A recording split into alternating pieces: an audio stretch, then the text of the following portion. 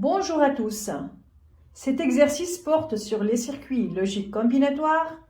On rappelle que les circuits logiques combinatoires sont des circuits dans lesquels l'état des signaux de sortie ne dépend que des signaux d'entrée.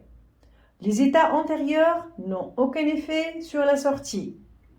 Dans cet exercice, on va aborder le décodeur 74LS139.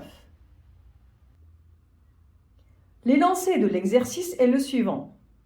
On considère le circuit logique d'entrée A et B et de sortie F. On a deux entrées. À partir de deux entrées, on a 2 à la puissance de combinaisons possibles. Dans le cas général, si on a n entrées, on aura 2 à la puissance n combinaisons possibles. Le fonctionnement de ce circuit logique est régi par la table de vérité suivante. Cette table de vérité présente les entrées et la sortie du circuit logique. Les 4 combinaisons possibles des entrées sont illustrées dans la table de vérité.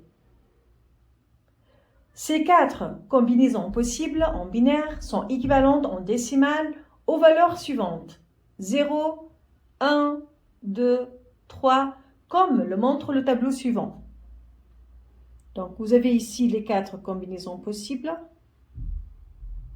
Vous avez l'équivalent décimal de ces différentes combinaisons possibles, respectivement 0, 1, 2 et 3. Pour chaque combinaison d'entrée, il existe une unique valeur pour la sortie F. Ici, vous avez une combinaison d'entrée. Vous avez une seule sortie, une seule valeur de sortie. Dans la question numéro 1, on va déterminer l'expression logique de la fonction f sous forme de somme des min-termes où la valeur de la sortie f est égale à 1. Pour cela, on procède comme suit. Si l'entrée est égale à 0, alors on écrit l'entrée complémentée. Si l'entrée est égale à 1,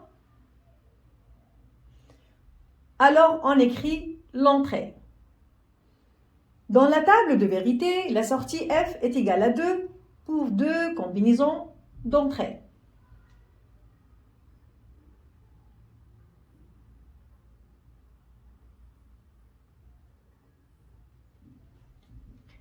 Pour la première combinaison, on a A égale à 1 et B égale à 0.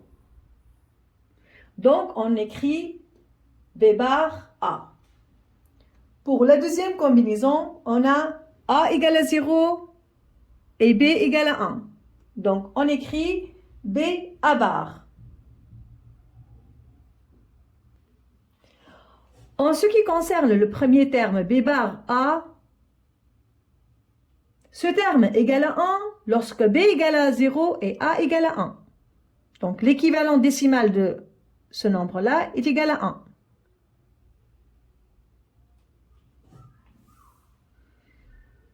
Le deuxième terme B A bar est égal à 1 lorsque B égale à 1 et A égale à 0. Donc, l'équivalent décimal est égal à 2. Ainsi, F égale à la somme des min-termes, somme 1, 2.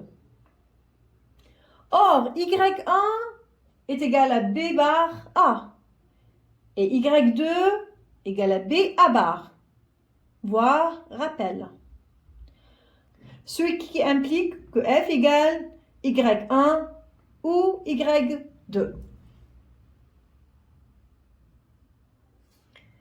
Dans la question numéro 2, on va déterminer l'expression logique de la sortie F sous forme de produit des max termes où la valeur de la sortie F est égale à 0.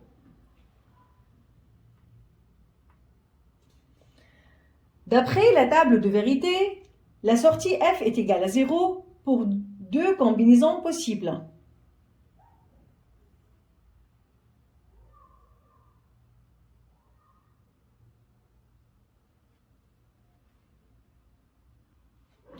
Si l'entrée est égale à 0, alors on écrit l'entrée. Et si l'entrée est égale à 1, alors on écrit l'entrée complémentée. Pour la première combinaison, A égale à 0 et B égale à 0. Le premier max terme est égal à B ou A. Pour la deuxième combinaison, A égale à 1 et B égale à 1. Le deuxième max terme est égal à B bar ou A bar.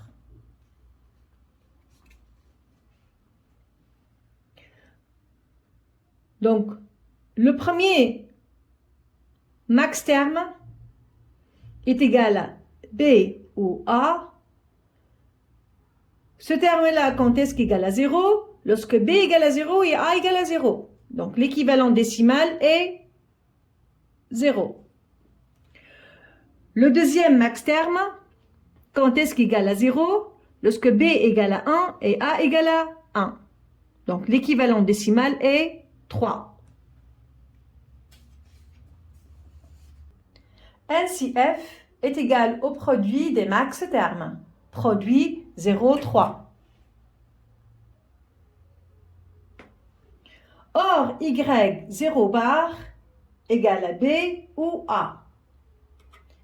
Et Y3 bar égale à B bar ou A bar, d'après le rappel. Ce qui implique que F égale Y0 bar et Y3 bar. Une deuxième méthode consiste à déterminer F bar sous forme de somme des min-termes. D'après la table de vérité, la sortie F bar est égale à 1 pour deux combinaisons possibles.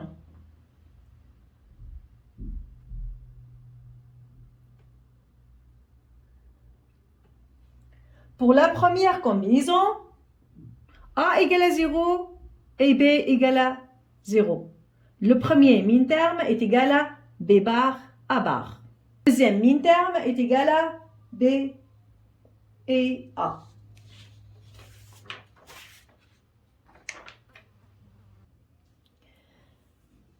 F égale à B bar et A bar ou B et A. Alors, le premier terme égale à 1 lorsque B égale à 0 et A égale à 0.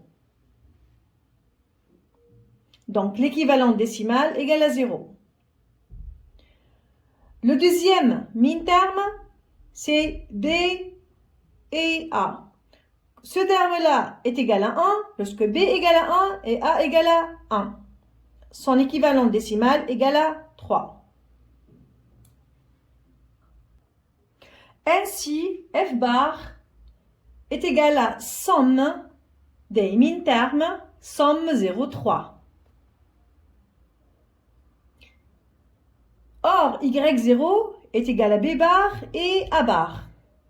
Et Y3 égale à B et A, d'après le rappel. Ceci implique que F bar égale à Y0 ou Y3. Et F est égal produit des max termes 0, 3 est égal à Y0 bar et Y3 bar. Pour la question numéro 3, on va déterminer le câblage interne du circuit logique en utilisant le circuit intégré 74 LS139 et une porte logique pour les deux cas suivants. Le premier cas, F sous forme de somme canonique et le deuxième cas, F sous forme de produit canonique. Commençons par déterminer le câblage interne du circuit logique où F est écrite sous forme de somme canonique. F, somme 1, 2 est égal Y1 ou Y2. Or, les sorties du décodeur sont valides niveau bas, c'est-à-dire qu'on a Y1 bar et Y2 bar. Donc, du coup, qu'est-ce qu'on doit faire? On doit tout d'abord utiliser une porte note pour obtenir finalement Y1 à partir de Y1 bar. Et la même chose, donc on utilise une autre porte note, donc pour déduire Y2. Et on finit par utiliser une porte OR pour obtenir finalement F. La même chose, on peut utiliser aussi, donc en fait, ce type de graphique, ce type de symbole, et aussi on peut obtenir donc une porte NAND. Donc ces trois schémas, elles sont équivalentes.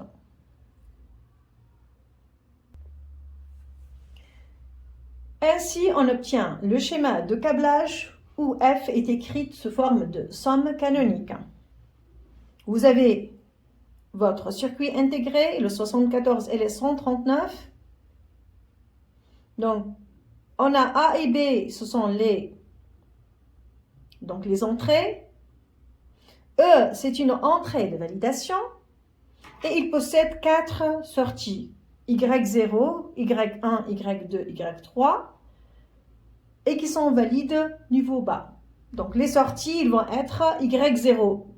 Donc, à l'intérieur, Y0, mais à l'extérieur du circuit, on les appelle Y0 bar.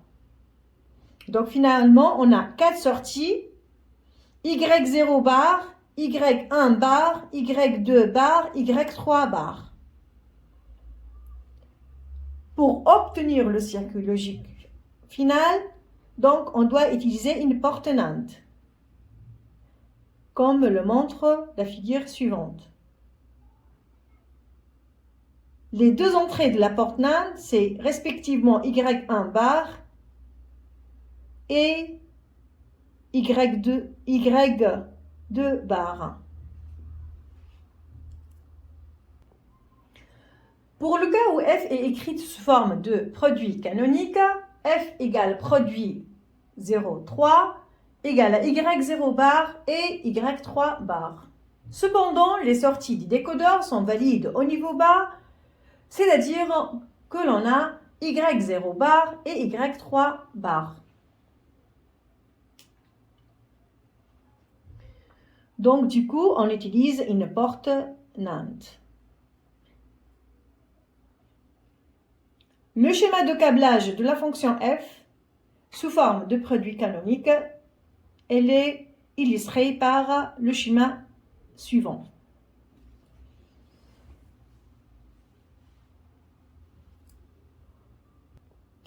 En résumé, le premier cas où vous avez f sous forme de somme canonique.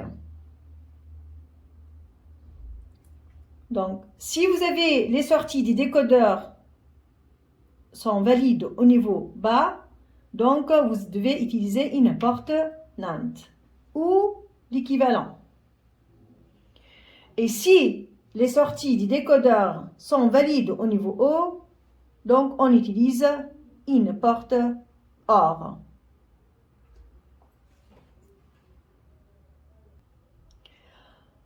Pour le deuxième cas, où F est écrite sous forme de produit canonique, si les sorties du décodeur sont valides au niveau bas, on utilise une porte AND. Et si les sorties du décodeur sont valides au niveau haut, on utilise une porte NOR.